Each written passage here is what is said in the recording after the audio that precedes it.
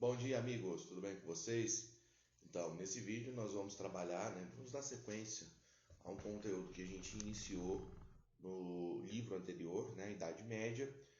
Vamos falar um pouco aqui do feudalismo e das relações sociais existentes dentro do feudalismo.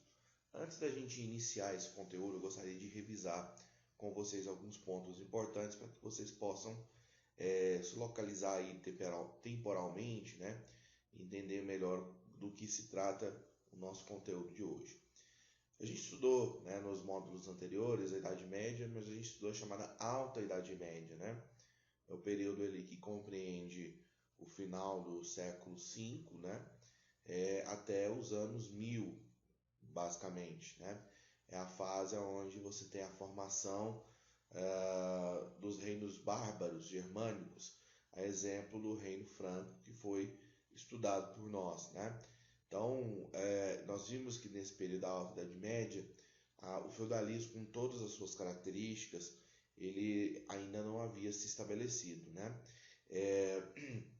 Ele só vai se estabelecer propriamente dito no final já, dos anos 1000, quando nós temos a dissolução do Império Carolíngio e, consequentemente, uma nova realidade econômica, social e política na Europa, caracterizada principalmente pela fragmentação política, pelo poder dos senhores feudais da igreja, as invasões bárbaras, a ruralização da economia, a não utilização da escrita, não utilização do comércio, uma economia de agricultura de subsistência que tem como base a produção rural. Então, todos esses ingredientes formam o que a gente conhece como sistema feudal, Esse sistema que vai vigorar na Europa durante a segunda metade da Idade Média, chamada Baixa Idade Média, Então, lembrando que a Idade Média é um período de 1000 anos, praticamente. Então, os historiadores dividiram, esse período em duas fases. A Alta Idade Média a gente já estudou, e o que nós vamos estudar justamente a partir de agora é a Baixa Idade Média, E especificamente nós vamos observar as relações sociais dentro do universo feudal, A sociedade medieval é uma sociedade que está dividida em três camadas principais: clero, nobreza, servos. Os que oram, os que guerreiam, os que trabalham, Esse modelo de sociedade, ele é um modelo que é legitimado pela Igreja Católica, Aliás, tudo que acontece no universo, no mundo medieval, a religiosidade, ela tem uma influência muito grande. Então, nós falamos que o homem medieval é um homem teocêntrico, O que isso significa? Significa que ele está fortemente influenciado pelas questões religiosas, A religiosidade faz parte do seu dia a dia, está em todas as áreas do cotidiano, da vida humana. Então, desde o trabalho até as festas populares, tudo está influenciado, pela religiosidade, inclusive a própria organização da sociedade. Esse modelo de sociedade, ele vai ser pensado, ele vai ser estruturado pela própria igreja, Então, o clero é responsável pela parte espiritual, por cuidar das almas. Os nobres se dedicam à atividade da guerra e à proteção militar, lembrando que o início da Baixa Idade Média é um momento de grandes invasões bárbaras na Europa, mais uma onda, de invasões bárbaras, como os vikings. Então, essa proteção militar da nobreza, ela é importante para a população.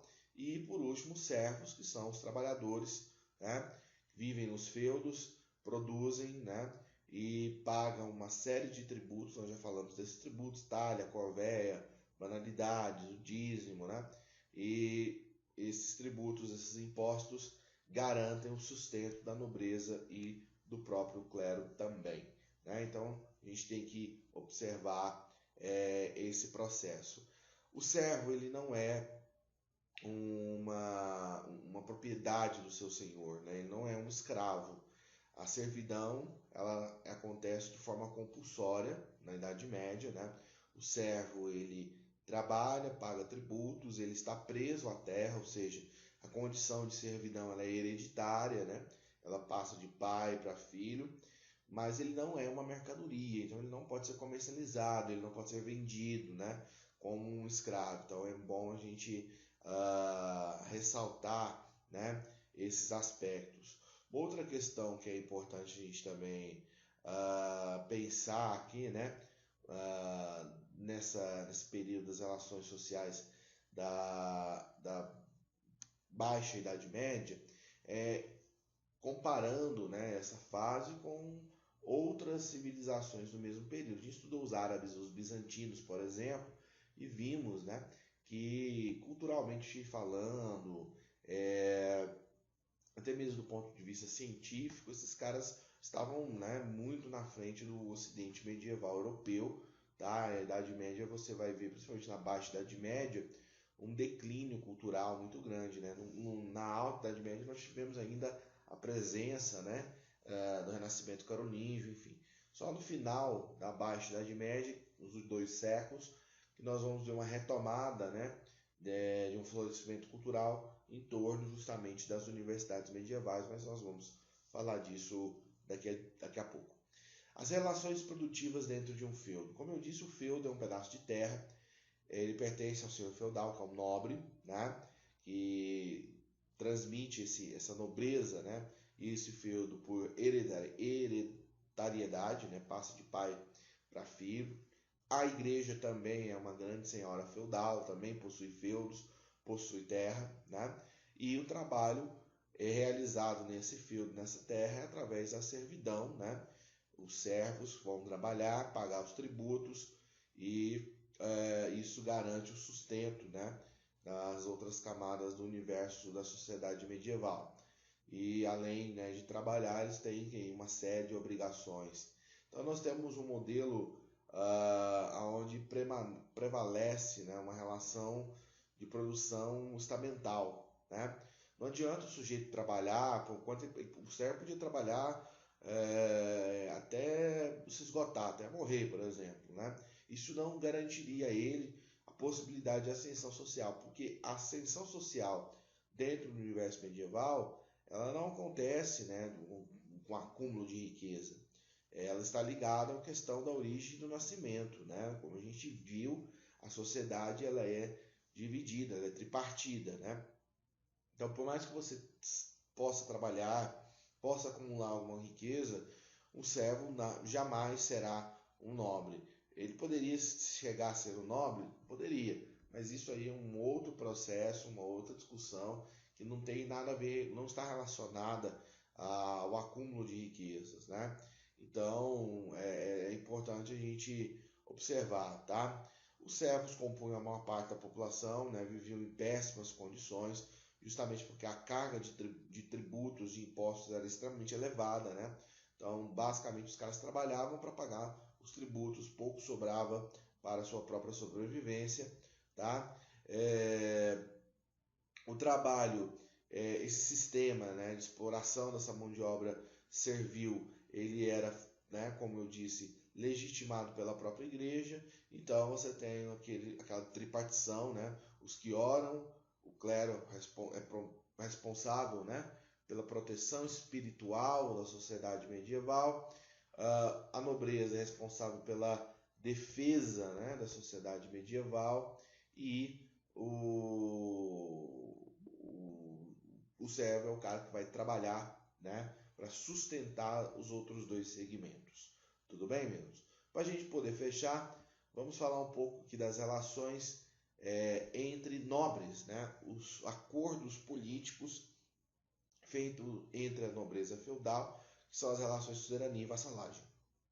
Como eu disse, né, com o fim, né, com o declínio do Império Carolíngio, do Reino Franco, há uma fragmentação política grande na Europa. Os nobres europeus, né, eles vão se tornar mais poderosos que os próprios reis. E da onde vem todo esse poder? Esse poder vem justamente de uma série de alianças, né, que esses nobres fazem entre si, que é conhecido pelo termo de suzerania e vassalagem.